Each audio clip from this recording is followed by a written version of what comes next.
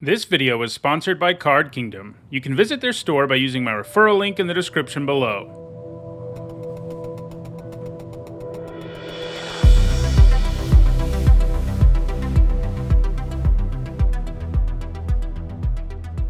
Hi everyone, I'm Neat Sahone, and today is Wednesday. That means it's time for another MTG Top 10. Over the last few months, I've done a few videos looking at the worst cards at a particular mana value, and that's what we're doing today, with a look at the worst 5 mana cards. If you're spending 5 mana on something, you're making a fairly significant investment, and you'd expect to get something significant out of the deal. But that is, of course, simply not going to be the case with every 5 mana card, and that's certainly the case for the cards that made this list. They're either insanely inefficient for the amount of mana, or worse, they basically don't do anything at all. As usual, for a card to make one of my worst top 10s, it has to be bad in Magic's 3 main play modes: 60 card constructed formats, Commander, and Limited. They also have to have been bad for the entire time the card has existed, so a card that used to be playable in its original context can't make the list either. Alright, let's dive in with my picks for the 10 worst 5 mana cards in Magic. At number 10, I have Chimney Imp. One interesting thing we've seen as we've gone up in mana values is that the cards do, overall, end up being better. There are fewer cards that do absolutely nothing at 5 mana, so this list actually features several creatures, something we haven't seen that much of on the other list. Creatures have a pretty high floor, because at a minimum they can attack and block, but for the creatures on this list it doesn't really matter because they're still awful. Chimney Imp, for example, starts off as a 5 mana 1/2 flyer. At best, that's about 3 more mana than you'd want to pay for one of those. It does come with upside, since when it dies it puts a card from your opponent's hand on top of their library. That can actually be a fairly disruptive effect, especially if you find a way to loop your Chimney Imp. The problem is the Imp is awful in all other situations, and if you really want to keep making your opponent draw the same card over and over again, there are way more efficient ways to do it, with Chittering Rats being the most notable.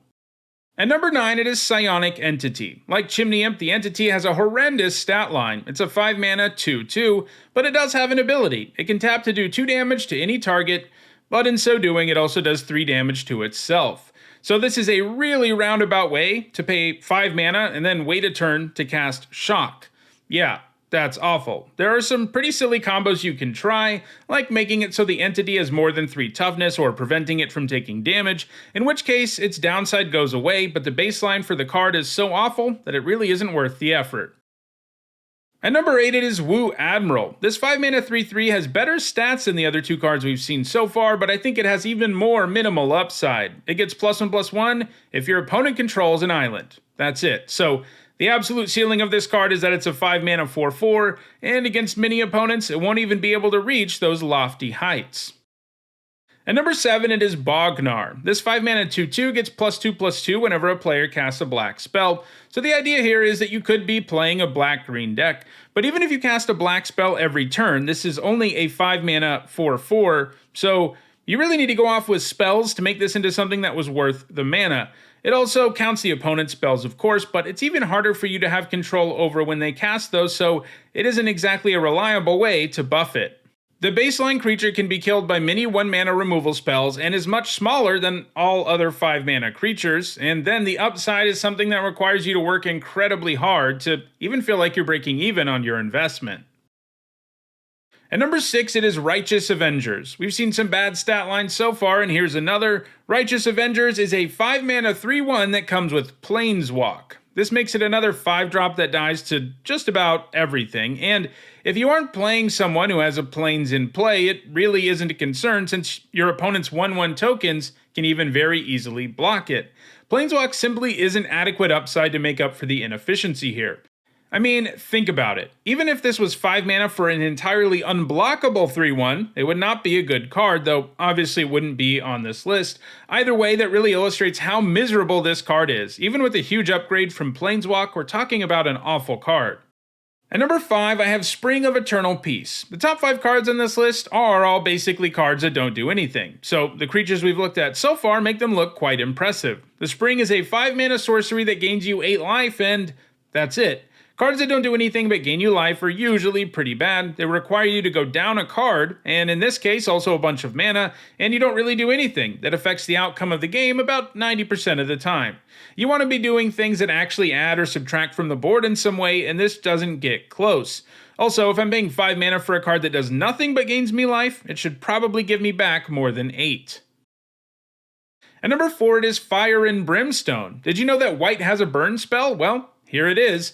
And boy, is it awful. This 5 mana instant does 4 damage to a player. That's already a very bad rate. It's worse than Lava Axe, after all, but things get a lot worse than that. For one thing, it also does 4 damage to you, and for another, you can only cast it to target a player that has attacked you during the turn. In other words, this is only useful during your opponent's turn and only if they attack. I would think just taking 4 to the face from this would be enough of a downside given how mediocre the card's main effect is, but nope. They decided to make it even more narrow. At number 3, it is Assembly Hall. This 5 mana artifact lets you pay 4 mana and tap it to search your library for a copy of a card that's already in your hand. Obviously enough, that type of effect is almost entirely useless in EDH, but this is a horrible rate for Magic's non-singleton formats too. After all, you end up paying a total of 9 mana before it does something, and it only does something if you have a card in your hand that also happens to be in your deck. Look at it this way. If this was a 5 mana artifact that lets you pay 4 and tap it to just draw a card, which is definitely a better effect because it's less narrow, that card would still not be one that anyone wanted to play. And this is way worse than that. It asks for way too much mana to get a card out of it, and the card's requirements make that mana cost feel even more brutal. At number 2, it is Psychic Transfer. This 5 mana sorcery lets you exchange life totals with your opponent.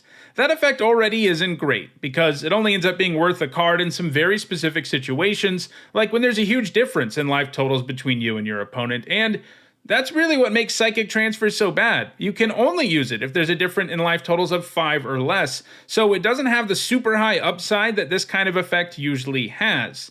The best it's ever going to do is make your opponent lose a few life while you gain a few. That certainly isn't worth 5 mana, especially because the card is entirely unusable in all other situations. And at number 1, I have Forethought Amulet. This 5 mana artifact is meant to hate on burn spells. When it's in play, if an instant or sorcery would do 3 or more damage to you, you take 2 damage instead.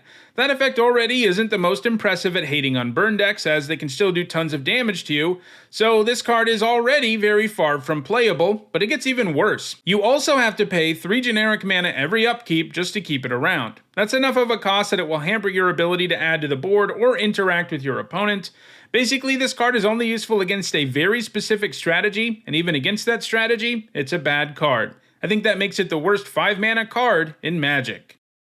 So, those are my picks for the 10 worst 5 mana cards in Magic. If you're interested in owning any of these cards, because maybe you like spending your mana on awful cards, check out the description, where you can find a direct Card Kingdom link for each card in the video.